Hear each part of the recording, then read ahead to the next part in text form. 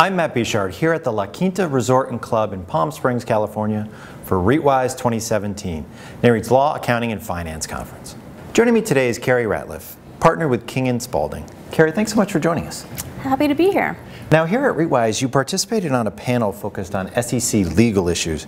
Can you start by talking about concerns regarding CEO pay ratio? So, this one's been a long time coming, and I think there's been a lot of anxiety, not because showing how much the CEO makes, but obviously once you do that ratio, you're showing what the median employee makes, which then allows employees to, compare themselves to that. So I think there's, people are putting a lot of thought into how they want to come up with their median employee. A lot goes into that because of the discretion that the SEC is allowing people to have to pick that person. I think that over the next year we'll see people do it a number of different ways. Of course, with the new administration, they've even mentioned that they want to review whether, we should be doing this going forward and any concerns that people have had. So I think there's still a lot up in the air at this point, which is unfortunately hard for people to, kind of get it in their heads that they're going to have to do this with this kind of open issue of maybe we won't have to do this.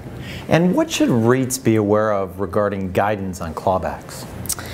So again, this one, we got the proposed rules, but we haven't still gotten the final rules. I think at this point we can assume that we're probably not going to have the proposed rules exactly how they were proposed, again, given the changeover in the administration and that we haven't seen anything.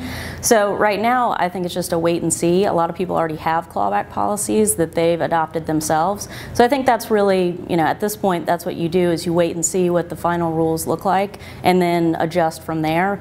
But, I'm not seeing my clients feel that there's any need to go ahead and try to, adopt what was proposed by the SEC, given there's so much still up in the air. And lastly, what are the latest developments regarding proxy items and access?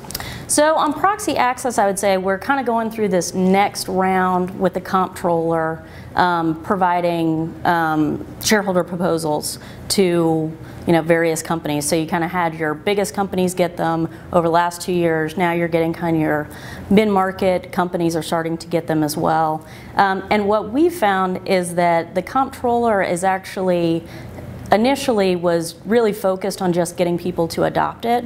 And now they're really digging in at the details. And so, unfortunately, if you're kind of in the second round, you might have a worse deal than people that did in the first round.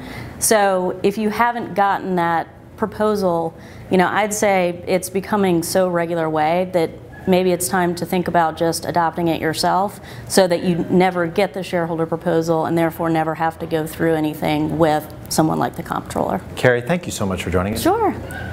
For more from REITwise 2017, be sure to visit NAREITsREIT.com.